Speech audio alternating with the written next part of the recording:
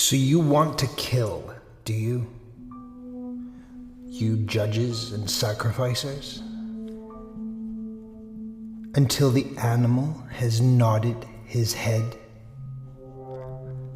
Well, behold, the pale criminal has nodded, and from his eyes speaks the great contempt. My ego is something that must be overcome. My ego is to me the great contempt for mankind. So speak the pale criminal's eyes. And that he condemned himself was his highest moment. So do not allow the sublime one to return to his baseness. There's no redemption for one who suffers in this way from himself, unless it was the quick death. Your killing, you judges, should be pity and not revenge. And insofar as you kill, see to it that you yourselves also justify life. It's not enough that you just reconcile yourself with the one that you kill. Let your sadness for him be love of the overman. Thus you yourselves justify that you still live as a judge. Enemy, you should say, but not villain.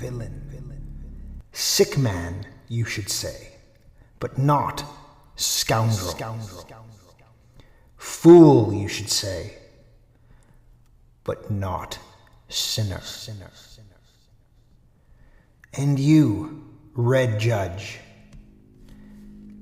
if you were to speak aloud all the things that you have already done in your own thoughts, well, then everyone would cry, away with this filth and poisonous worm, this judge. But thought is one thing, and deed another, and the image of a deed yet even another. Contrary to what some believe, the wheel of motive does not roll between all those three. An image made this pale human pale. He was equal to his deed when he committed it.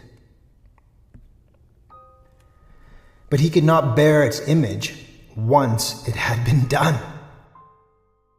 From then on, he always saw himself as the doer of that one deed. I call this madness, because the exception reversed itself into the rule. A streak in the dirt, it stops a hen cold. And the stroke he executed stopped his poor reason cold also. Madness after the deed, I call this. Listen, you judges. There is still another madness, and it is before the deed that you are now prosecuting. Oh, judges, you did not crawl deeply enough into this soul that you now condemn. Thus speaks the red judge. Why did this criminal kill? He wanted to rob. Ah, but I say to you, his soul wanted blood, not robbery. He thirsted for the bliss of the knife.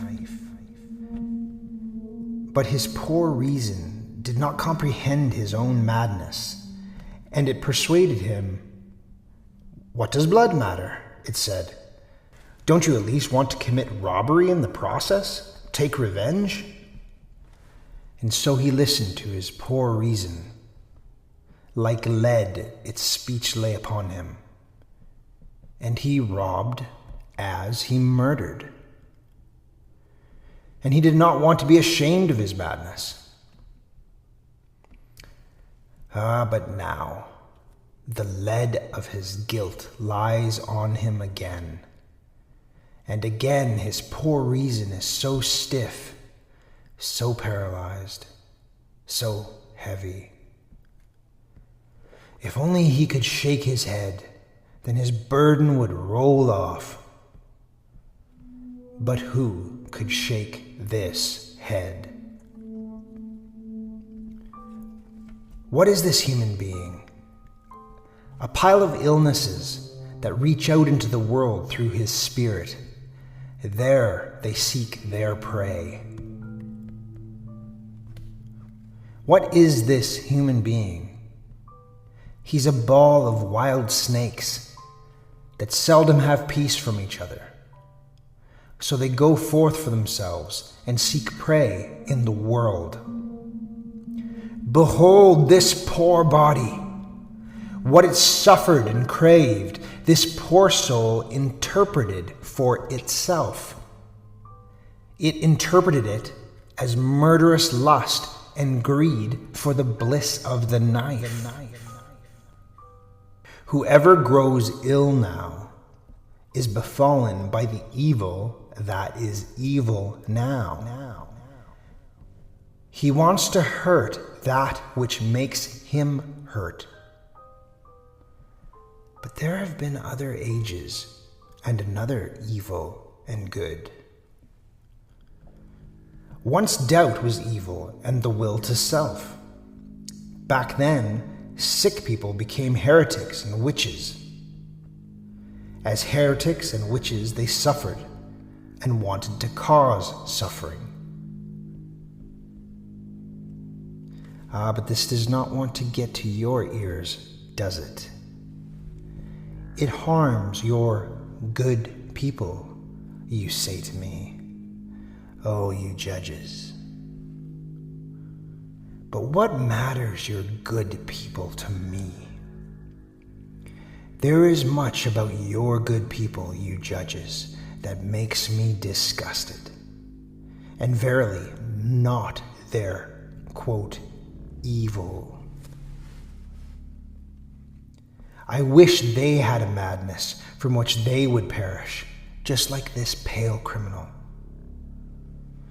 Indeed, I wish their madness were called truth or loyalty or justice. But they have their virtue in order to live long and in pitiful contentment. I am railing by the torrent. Grasp me, whoever is able to grasp me. But your crutch, I am not. Thus spoke Zarathustra.